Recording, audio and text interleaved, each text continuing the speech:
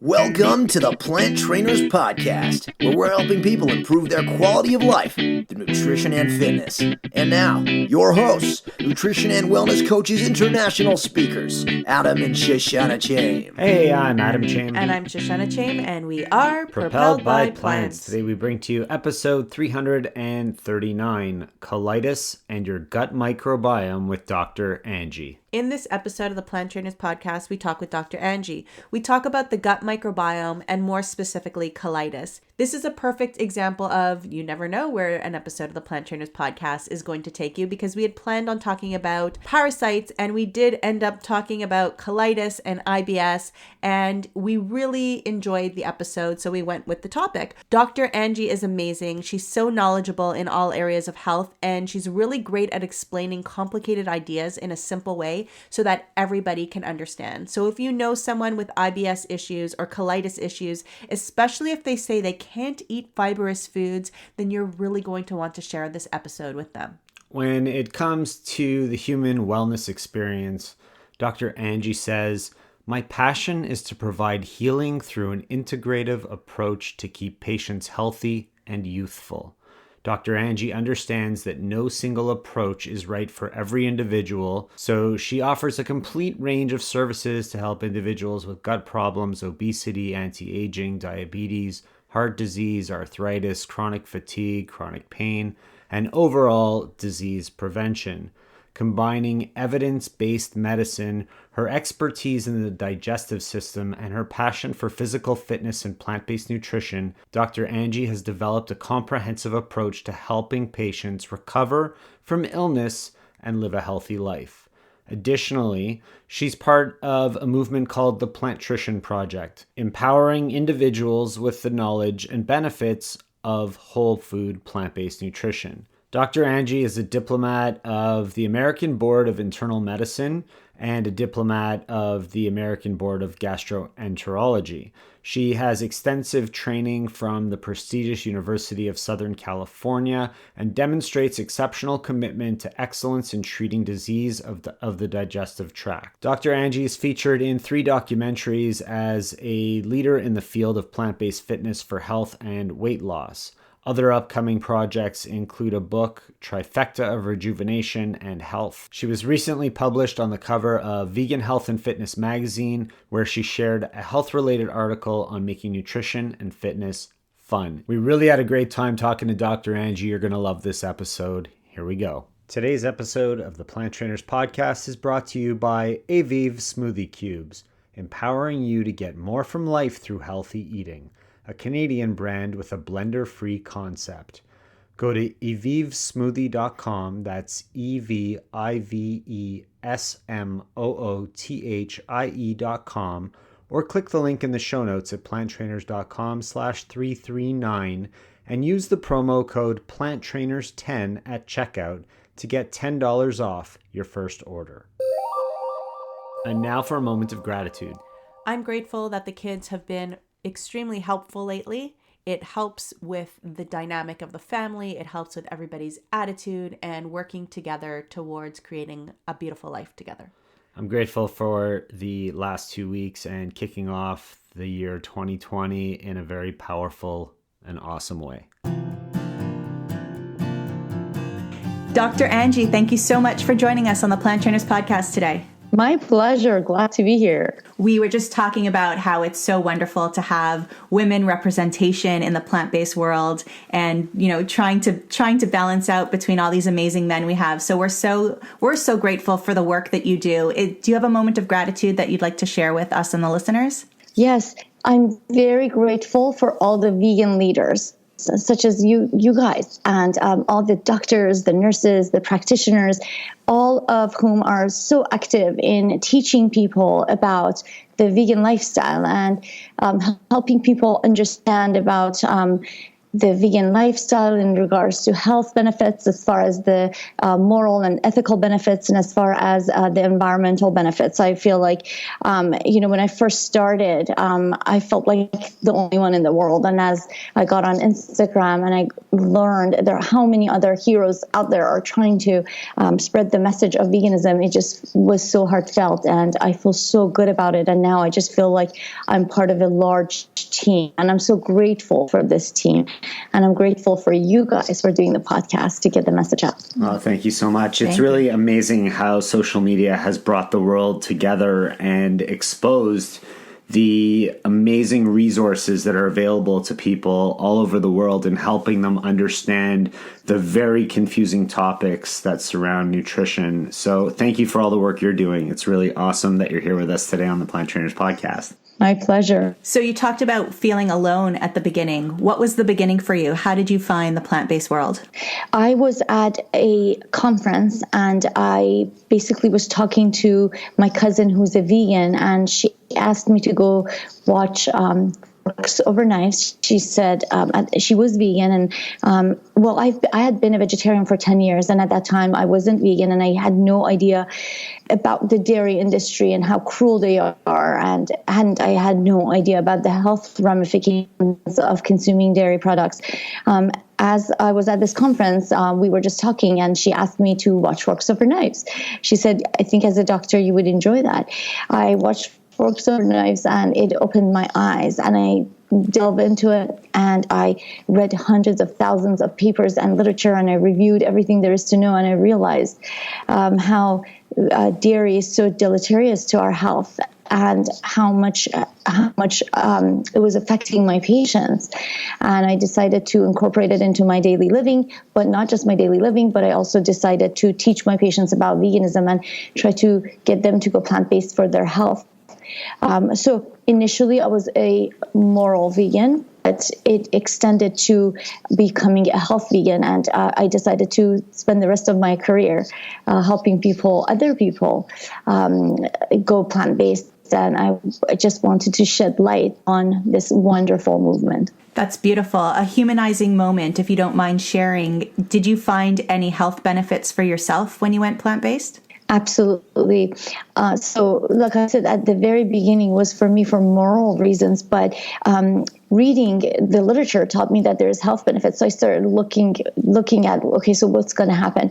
Number one, I had debilitating pustular eczema, which was all over. I mean, we're talking about these ugly blisters, look like herpes all over my body. And it was so itchy that I couldn't even sleep at night. I had to take tons of Benadryl to be able to fall asleep at night and itch. I used to put tons of corticosteroid creams on my skin just to get rid of these lesions.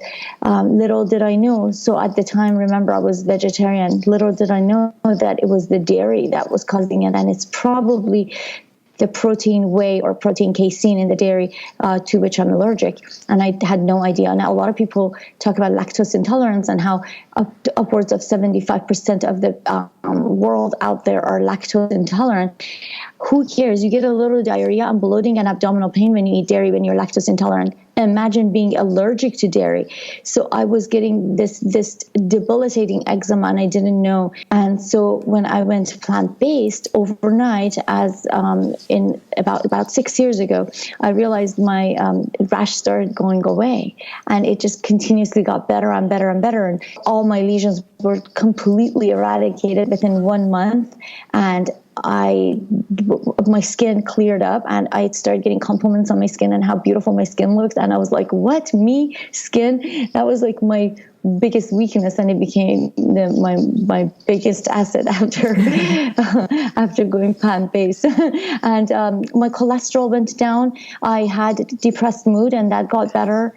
I was overweight, and my weight reduced to more of a fitness. I started my body became more fit than ever, and I started getting shredded to a point where 8 months later, or 9 months later, I stepped on a stage and competed in a bikini fitness competition. Mm-hmm. And I was at like 14% body fat. So I gained muscle, lost fat in a short period of time. And it's all because I changed diet, because my fitness stayed the same. I actually started working out less. I worked out 25 minutes a day, and I just went on a plant-based diet, and my body just transformed. So that was really exciting. You know, what's really cool about that is that those results are actually typical and very common for people that transition to the plant-based lifestyle. And most people think that, it's specific to you, or that's not going to work for me. But those results, you hear them from everybody that makes this transition, with the lowering of the cholesterol, the speed of recovery, the rashes going away, just feeling better as a whole. You mentioned before about people that are lactose intolerant, and it has always bothered me that people don't really take the time to care that they have this aversion to dairy, and they're so quick to take this lactose pill that's going to allow them to digest the lactose better when they could just avoid it in the first place. I would like you to tell us if there are long-term effects to people that are having these aversions or become allergies to dairy that are just taking these enzymes or pills to help them digest it. What are the long-term effects that they're going to see from that?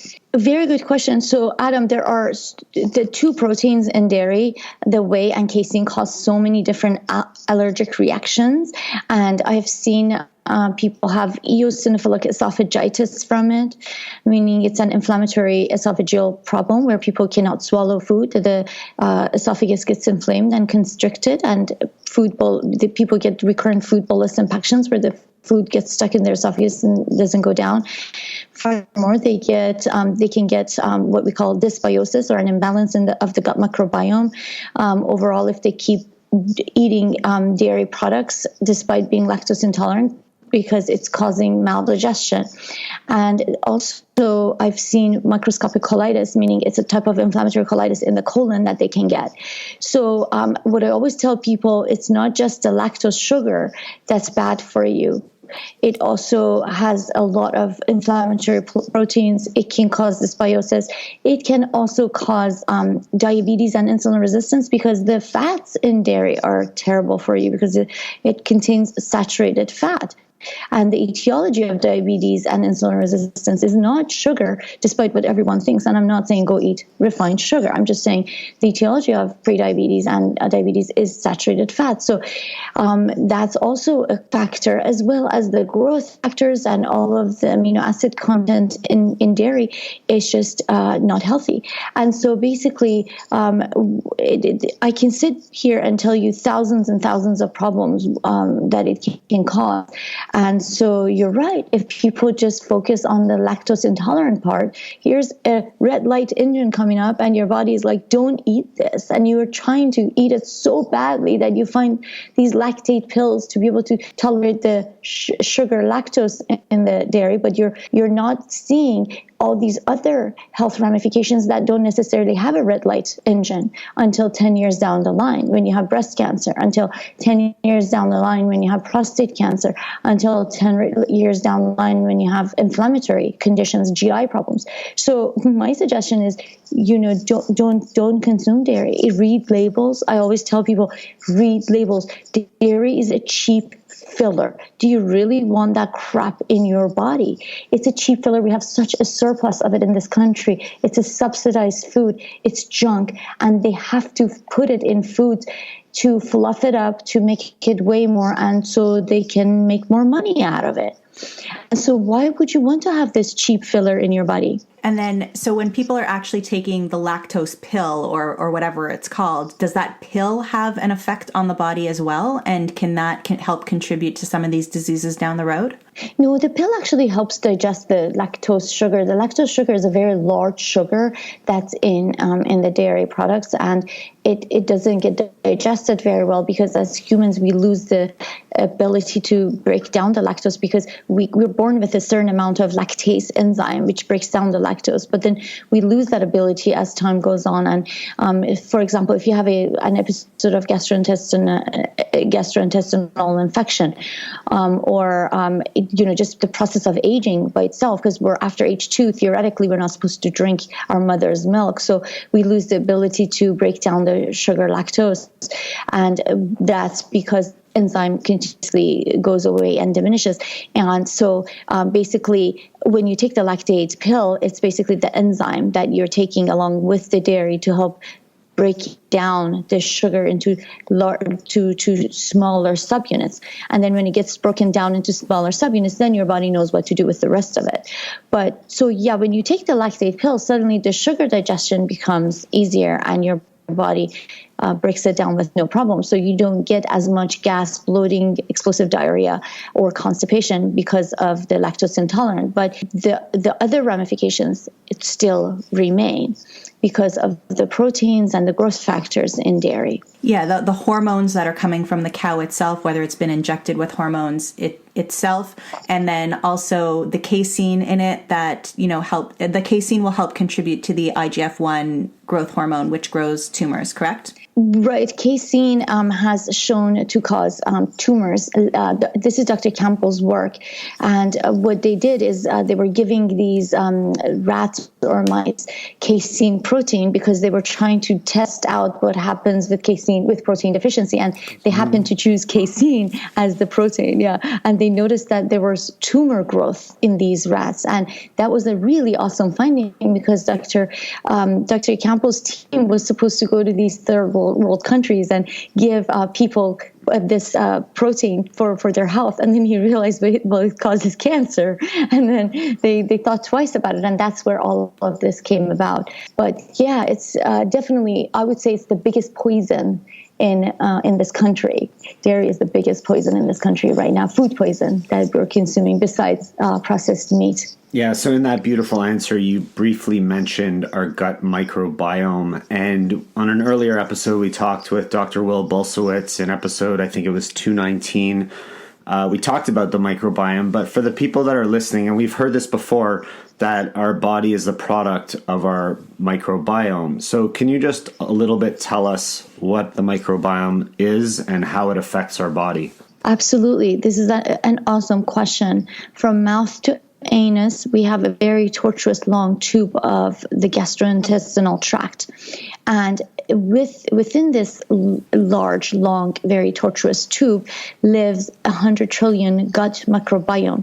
And simply put, these are little organisms that are microscopic that you can't see. In fact, we used to think that the GI tract was just a simple tubular tract without any living organisms, and which is not true. Now we know in the last several decades, we know that there's these very important organisms that live in. They could be bacteria, viruses, protozoa, fungus, or archaea. So there's different phylums of organisms living in our bodies, and we live in sort of a symbiotic relationship with them.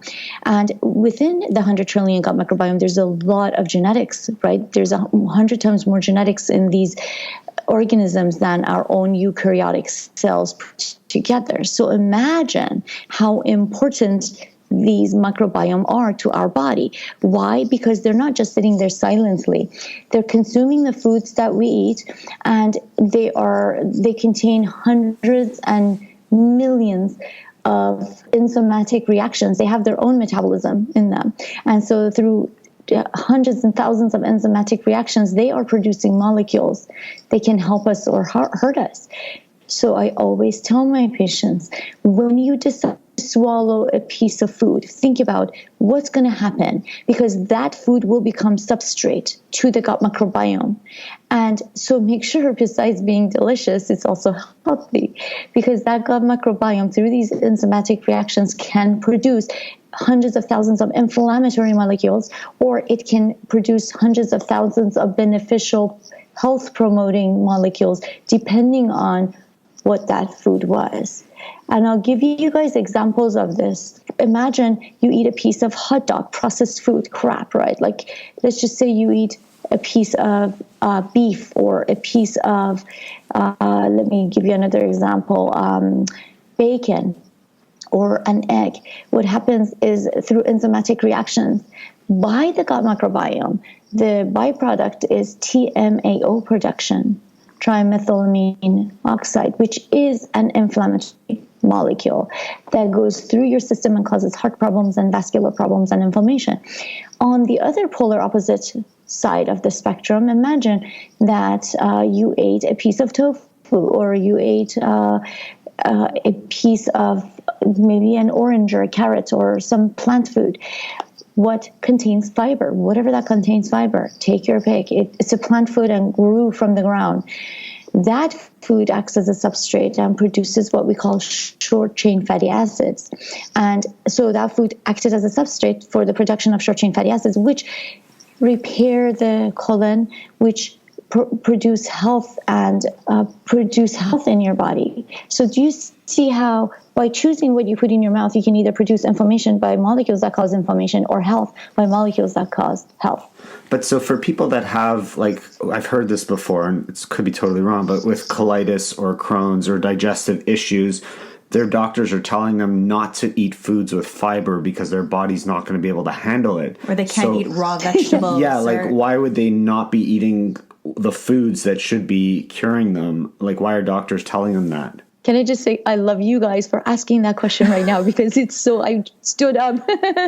There's this, I'm just going to call it misnomer. I mean, there are so many myths. You know how people say, like, you can't live without eating animal protein. It's a myth. You should not eat soy because it causes breast cancer and gynecomastia. It's a myth.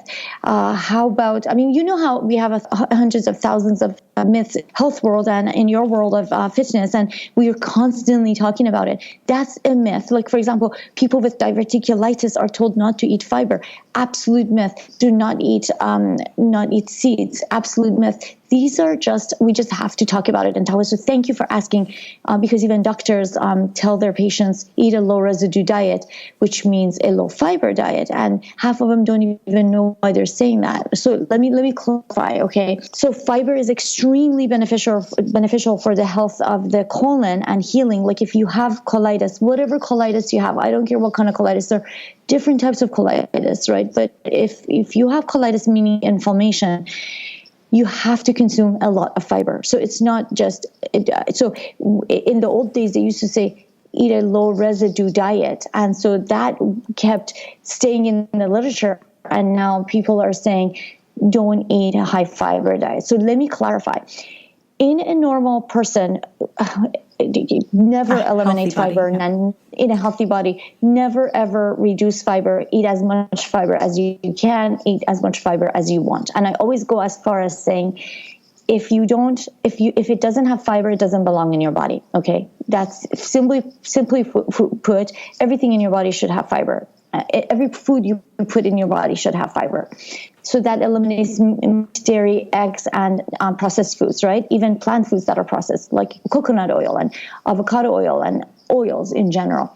So now, in a patient with colitis or ileitis, meaning small intestinal inflammation or colon inflammation, it gets a little trickier because in a very, very, very small sector of patients with inflammation in the colon, sometimes they get what we call stricturing disease. So what that means is the small bowel or the large bowel gets strictured down into a tight lumen, okay, meaning that it closes up, right? So instead of having a large lumen where things can travel through a large pipe, it gets strictured down to a tiny little hole where things are just basically, they better be super liquid or they can't get through. Does that make sense?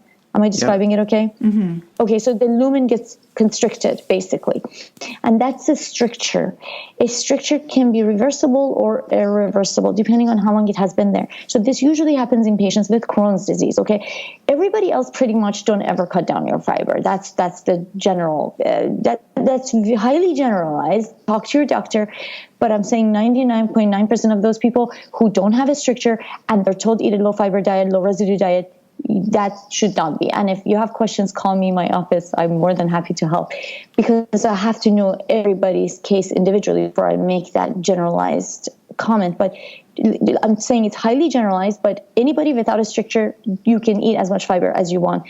especially in a chronic setting, if you're not in the hospital, in an acute setting. Now, people with a stricture, it can have a reversible stricture or irreversible stricture, meaning this can be an inflammatory stricture that can go away, or a permanent stricture which is scarred down and is not going to go away.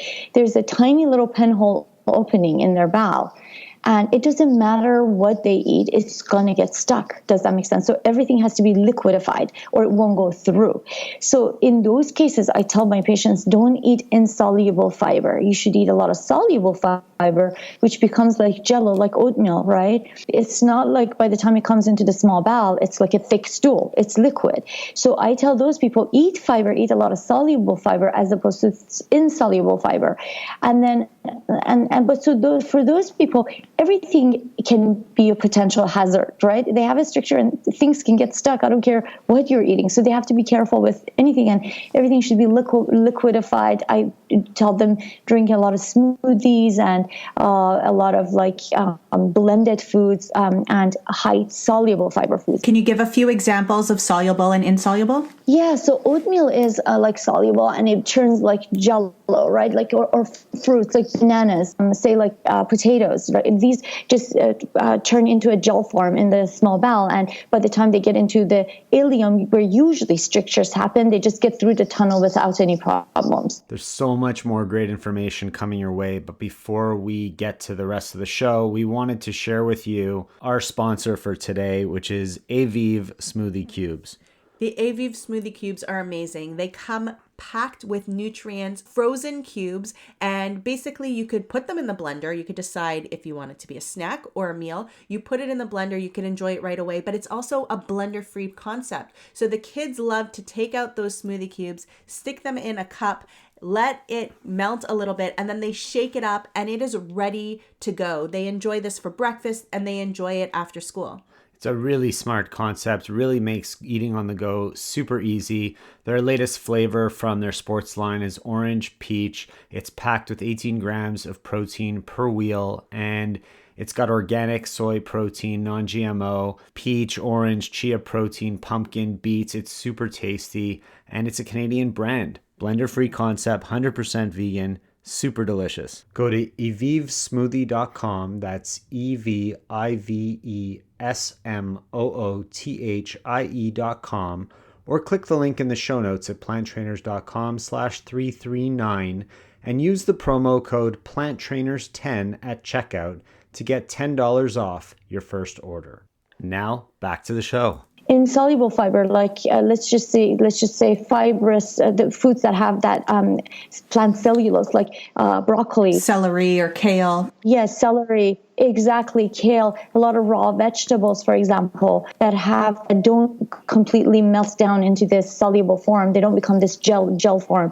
They still have these plant fibers in them that can potentially get stuck if someone has a tight stricture. Now, here's the unfortunate part. Doctors usually don't understand nutrition, right? So they generalize it. When patients ask them, what should I not eat? They say, don't eat a high residue diet. Don't eat any fiber-rich foods. And so that kills me, because the people who should be avoiding fiber, that's like 0.1% of the population, maybe less, or maybe a couple of percent. It should be like maybe 1% of people with Crohn's disease, but then they generalize and they tell everyone to do that. So that actually ends up hurting people, not helping people. Because Adam, going back to your question, if these foods are healing, why are doctors telling people not to eat them? Precisely. These are the only foods, these are the very foods that are going to help treat their disease, and they're asked not to because of that potential stricturing disease, which is only in like 1% of the population. And if you're their doctor, you should know if they have the stricture, right? So why is it that all doctors are generalizing this to everybody? And that makes no sense. That's a rhetorical question, right? So my suggestion, yeah. So exactly. So yeah, for sure. So I would say if you have inflammatory bowel disease, talk to a plant-based physician who understands the difference between plant, about soluble and insoluble fiber. And the goal should be to open up your stricture anyway, where you can eat unlimited amounts of fiber, because that is the very thing that is going to help induce or maintain remission if you have inflammatory bowel disease. I've put, ever since I started my plant-based journey, I've put dozens of people into remission with the help of nutrition and kept them in remission with the help of nutrition. So nutrition is key in reversing and maintaining colitis into remission. So you can go from biting a carrot and having a complete reaction and having to not eat those types of fibrous foods to actually healing enough that you can start to eat raw vegetables again and more of those insoluble fibers again. Oh, absolutely. If your doctor does if they do what they're supposed to do and they induce remission, sometimes it has to be, and I know a lot of vegans are anti-pharmaceuticals. I am too. I hate the pharmaceutical companies. I think they're dirty. I don't like the pharmaceuticals, and I would hate to take medicines, and I hate giving my patients medicine. In fact, I get fired as a physician left and right because people come to me and when I tell them this can be treated with a whole food plant-based diet, and they think I'm extreme and they go and they never come back. I don't care, because guess what? I'm not there to cause other illnesses in my patients by writing prescription drugs, right? So I don't care. I'm not an avocado. Not everyone's going to like me. I know that I'm not going to be all to everyone. And sometimes I get fired as a physician because I'm too extreme in regards to nutrition. That's okay, because I'd feel bad if someone comes back with a side effect. Having said that, there are situations where I even induce remission with the aid of pharmaceuticals in inflammatory bowel disease, because that bowel is so inflamed that there's so much of the protective mucus layer of the gut destroyed. There's so much leakiness in the gut. There's so much systemic inflammation going on that if you don't put that gut into remission, you're not going to be able to just solely use plants to induce remission. So sometimes you use medicines to induce remission, and then you maintain remission with the aid of the whole food plant-based diet. Totally understandable. There is a place and a time for pharmaceuticals, absolutely, but it doesn't always have to be the front line. So here's my question. If people are eating the oatmeal and people are eating, bananas, what about all the other micronutrients that they need? What about the other, like the vitamin C's and the vitamin K and all of those things? What do you recommend to them to be able to maintain their proper level of nutrients? Yeah, I usually put, the fruitarian diet. I love the fruitarian diet, not for everyone, but I think that they get it right. They're getting so many macronutrients, antioxidants, and phytonutrients. I'm not saying people should be fruitarian, but most of your diet should contain fruits and vegetables anyway. Like, the vegan pyramid, at the very bottom, you have fruits and vegetables. So a lot of my patients who have inflammatory bowel disease, I say stick to fruits, eat tons of smoothies and tons of fruits and also vegetables. But the goal of nobody's goal, including people with inflammatory bowel disease, should be restrictive in regards to plants. Nobody should restrict plants. Even people who have allergic reactions, I try to start them off at a level that is perhaps eliminating certain fruits and vegetables, but then it needs to build up to be able to eat anything you want. Why? Because the gut microbiome diversity depends on eating a variety of fruits, vegetables, nuts, seeds, grains, and legumes. And the more of these different species of plants you eat, the more gut microbiome diversity you have and the healthier gut microbiome you have. So it should never be restrictive. But we're talking in the first month, 2 months, 3 months of treating inflammatory bowel disease, I restrict them a little bit to only soluble fiber. And you can get if you eat a lot of fruits, you can get tons of vitamins and minerals from the fruits and where you don't have to eat beans and you don't have to eat a lot of plant cellulose foods to get. You can get all those macronutrients. But yes, you're right. That is only for a limited time.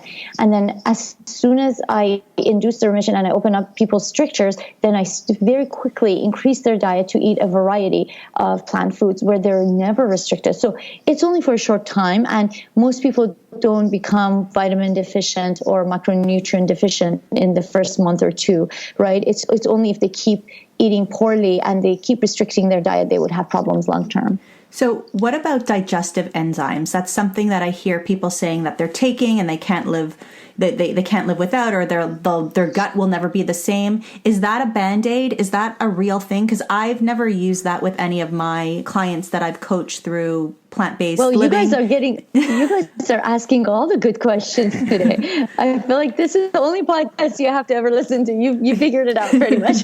Go ahead, sorry. Oh, no problem. I wanted to know digestive enzymes. Is it a faux or is it for real? And is it a Band-Aid?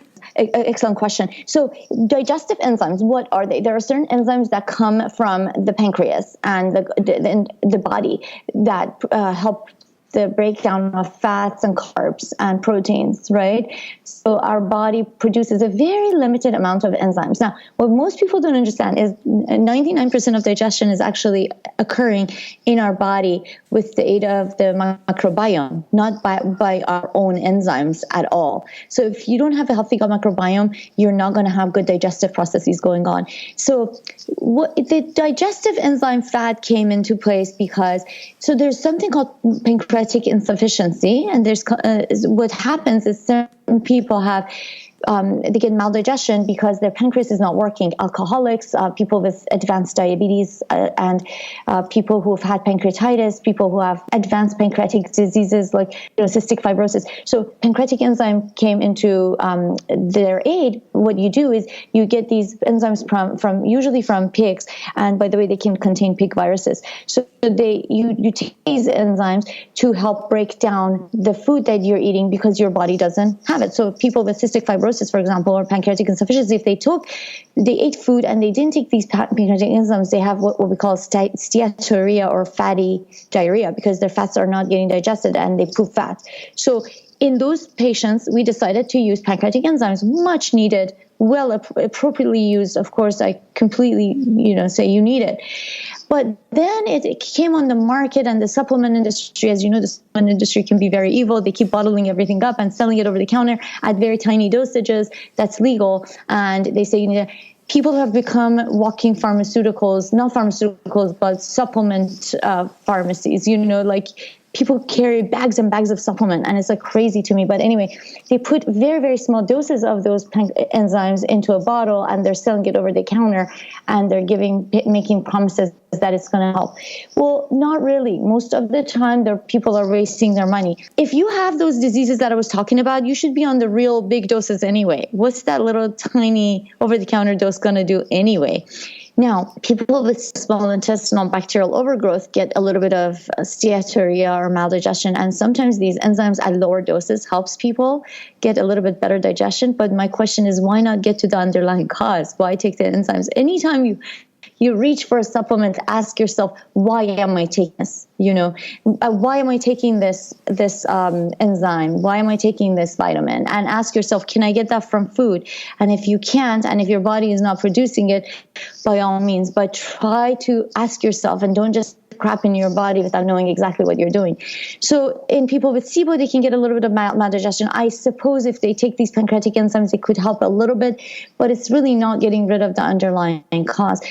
Generally speaking, I have never seen any patient, not even a single patient in my clinic, who was taking the over-the-counter dose of pancreatic enzymes or digestive enzymes who actually needed it. Yeah, it's marketing. And again, those extreme cases, but the general population doesn't need it. Okay, so here's another question. Yeah. In terms of probiotics, I work with a really great probiotic. It's got 16 strains. So instead of growing one big, you don't just grow a garden to make a salad and grow lettuce, right? So it's got 16 strains. It's got 3 strains of prebiotics and slippery elm to help with the digestive system, to help people get ease in the moment, and then helping them to switch over to more whole foods to be able to sustain their gut microbiome long term. Where does probiotics fit on your scale, and how important is it? Right. And is it a long-term thing, or is it also a short-term thing? Shoshana, the research is so limited on that. We don't know. When we take probiotics, we don't really know what we're doing.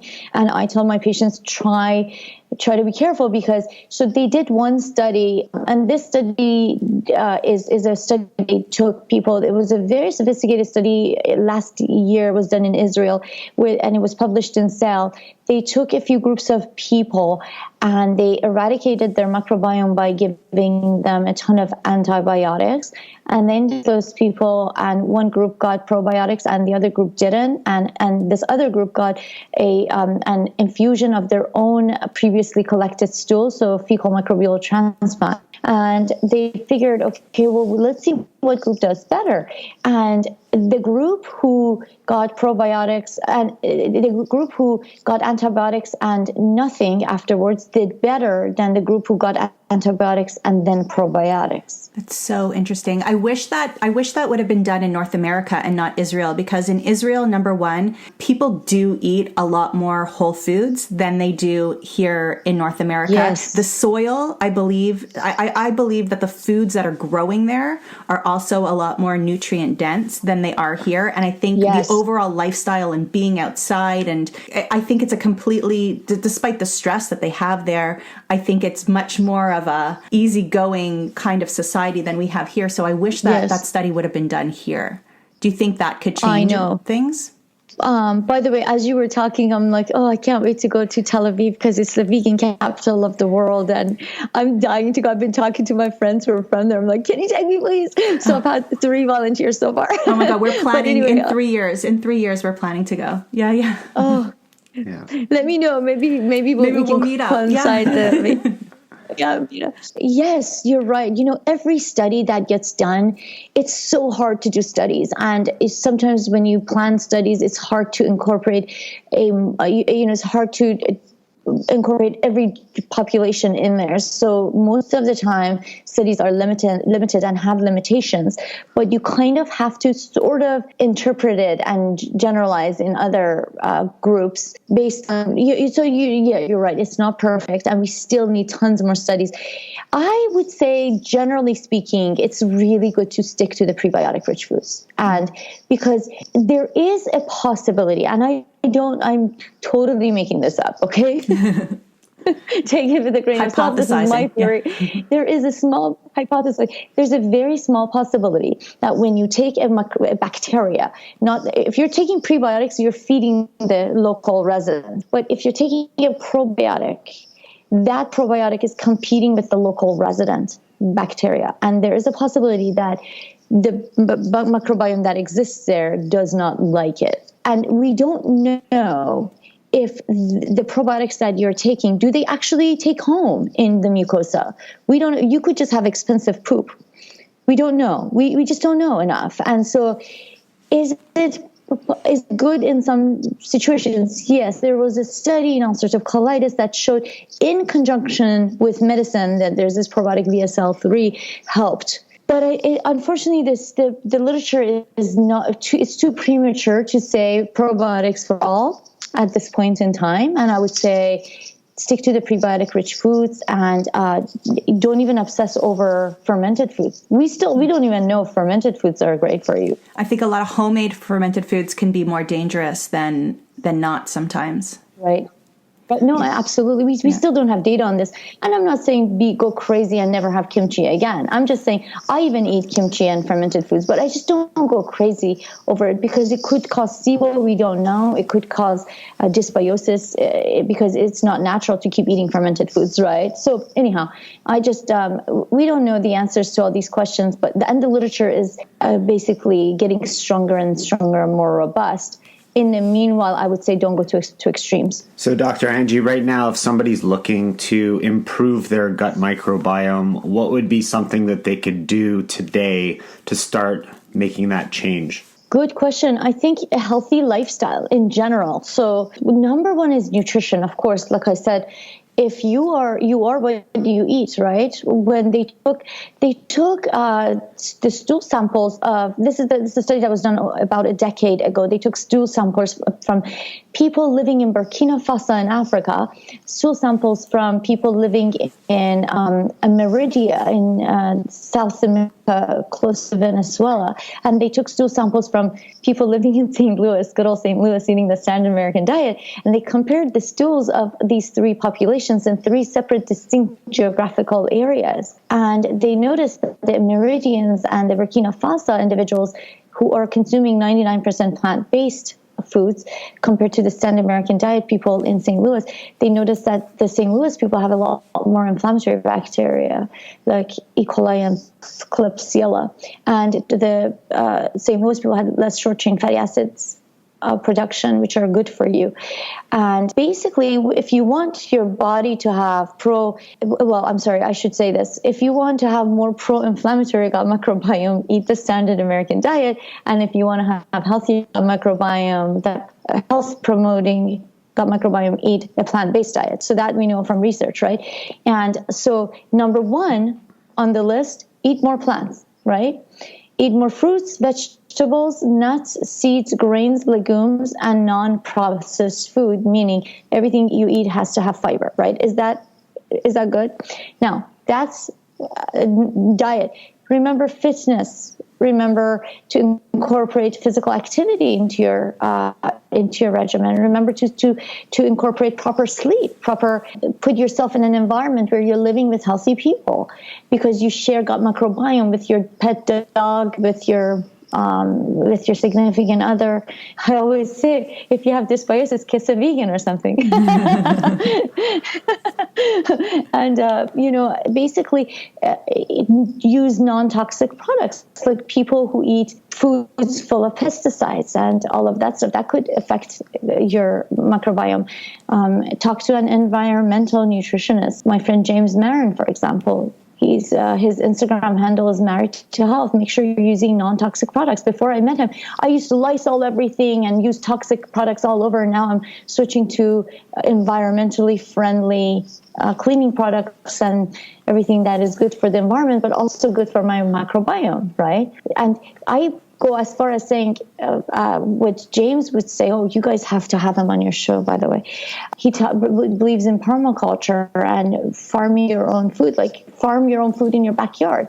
And, so make sure it's all organic and make sure you have healthy soil. And when I go to my backyard and I pick fruits and vegetables out of the backyard, I don't actually wash them, because the soil, we're supposed to share a certain amount of soil. And in the old days, people ate like that. They didn't wash their fruits and vegetables. Of course, you can't do that if you're going to the grocery store and buying fruits and vegetables. But if you're raising fruits and vegetables in healthy, non-toxic soil in your backyard, don't wash it. Don't wash your tomato. Eat it.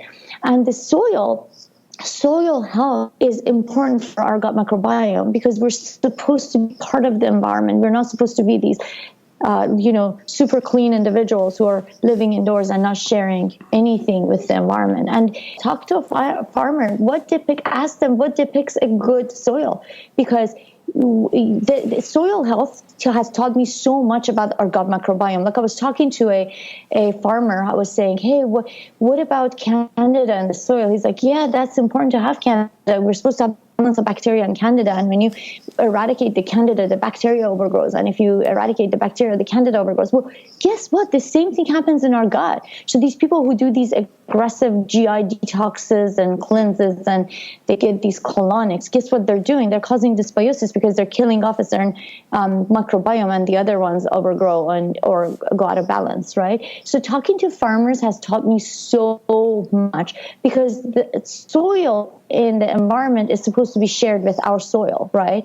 And it's the same thing. So I like to get to grow fruits, vegetables in my backyard and actually consume those things and share, comment. And, a lot of people who don't have a healthy biome, the question is, how do you get re-inoculated? And again, let me just make sure you guys understand. I'm making this up right now because we don't have enough data, but it's good to actually eat dirty fruits and vegetables to re-inoculate gut with the environment. And that's how you get re-inoculated. Unfortunately, you can't take a probiotic with how many million strains and get re-inoculated, because guess what? The probiotic has only bacteria, right?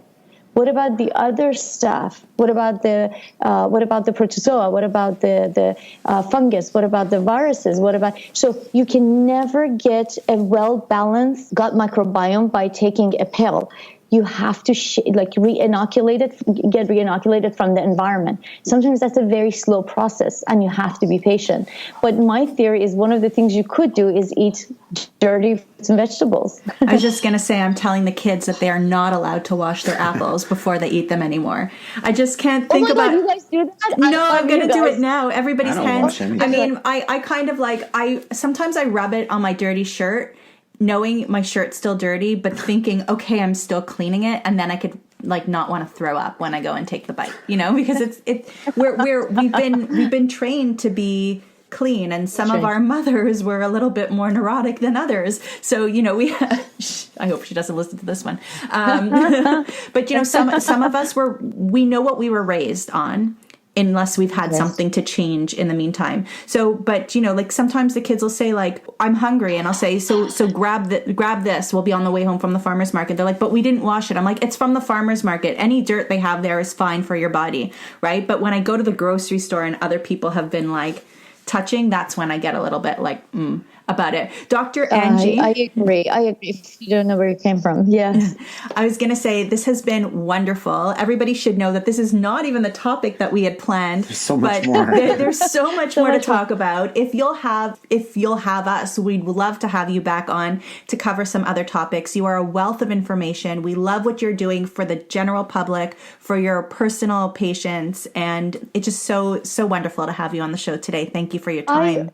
My pleasure. I really enjoyed it, and I have so much respect for you guys. And I listened to one of your episodes with Drew about protein, and I love how you shed light on how everyone should not be consuming a bunch of protein powders. And my level of respect for you guys rose up so tremendously, and I really enjoyed listening to your podcast. So yes, I would love to be back if you invite me, and I would love to cover more topics. You guys are brilliant, and your questions were on target, perfect. So thank you. Thank you so much. If people want to connect with you, I know you're going to be speaking at the whole conference on February 16th, so we'll link to that in the show notes so people could figure that out and check you out there.